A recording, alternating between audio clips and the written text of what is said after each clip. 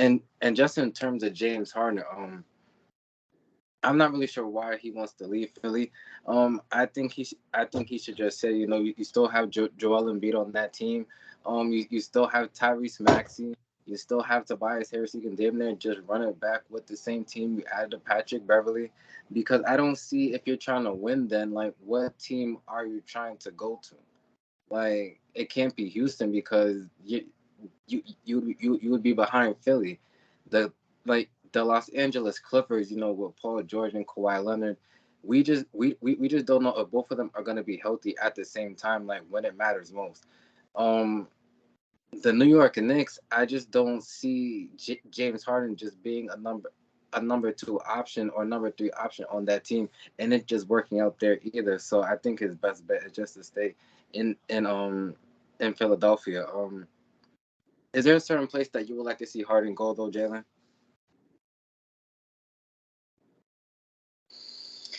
Nah, not necessarily.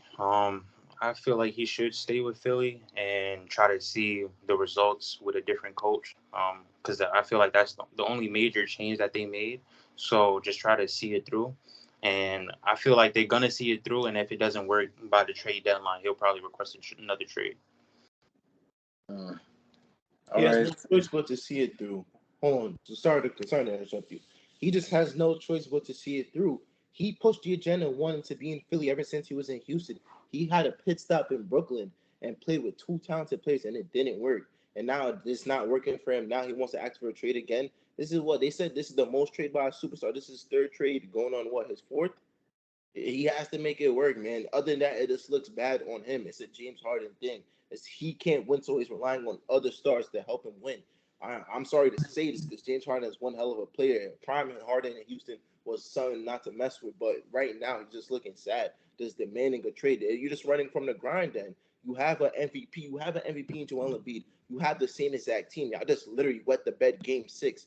Game six, y'all let Jason Tatum score like 16 points in the fourth quarter when y'all was up by like 10 points, had a chance to punch your ticket to the Eastern Conference Finals, and y'all went to bed game 6 and 7, and now you're trying to get out of Philly? Hell no, man.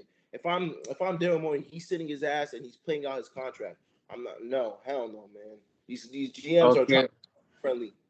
Okay, but then we've seen James Harden in the past when he requested a trade, and it took a long time, and then it went into training camp and preseason that he came there out of shape, and he just wasn't really just being in support of the team. So what if he does that again in Philly? Then what does the team do?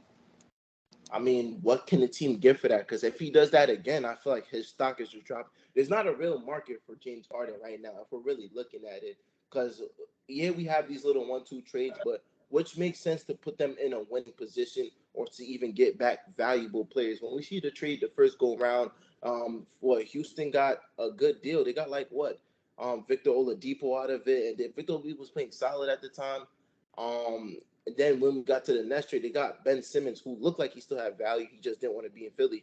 So what more can you get for 33-year-old James Harden now at this point? You're not going to get back much, and James Harden knows that himself. Because if this was the case, then a trade would have been went down by now to where, or other teams would have been as interested. But it slowed down. The talks of James Harden it slowed down for a reason because James Harden is that old. So him doing that to himself is detrimental for himself. And not only that, it's just it wouldn't make sense because not to sound like oh this is like all information, but we just seen pictures of him and Embiid chilling and chopping it up at the Mike Rubin's All White event. So at some point in time, you got to be like, there has to be some type of good terms to where it's like, yo, there has to be a talk because you have to see face to face. Probably it's the first time they see face to face all summer. Like, yo, like what is this about the trade talks? Like, let's try to run it back. And it was a good duo. So I think those talks are just to like probably add a scare or add something. But there's just no way in hell that I see James Harden just going off somewhere now because it makes no sense. You wanted to be in Philly since Houston. Brooklyn was not even your part of your decision. You wanted to be in Philly. You got to take two teams to get that. And now you were here. And now this is what you want to do. And now you're just running away from it. Hell no, man. If I'm Daryl Morey, he's staying his ass right there in Philly and playing out. You gotta see it through. That's just how it is. All right, so real quick, Jalen, I know that you're a Clippers fan. If the if the Clippers are offering the Sixers Paul George and then some draft picks for James Harden, are you doing the deal? Nah, I'm on it. That doesn't make Why do you say no though? because what's the point of having James Harden and Russell Westbrook on the same team? I'd rather have Russell Westbrook as my starting point guard. I don't need both of them on the same team, especially trading Paul George. Like my secondary scorer, I would trust Paul George more than I trust James Harden.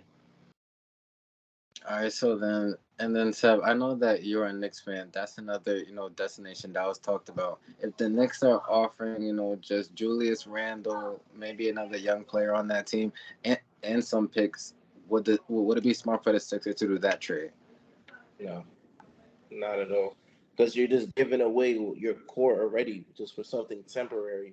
If you're gonna do a trade like that, you're gonna do it for somebody that has like a little bit more years ahead of them. At least might want to be there because James Harden, you can never say what James Harden's thinking. So what if one year he just decides, oh, I don't want to be in New York no more. Let me ask for a trade again.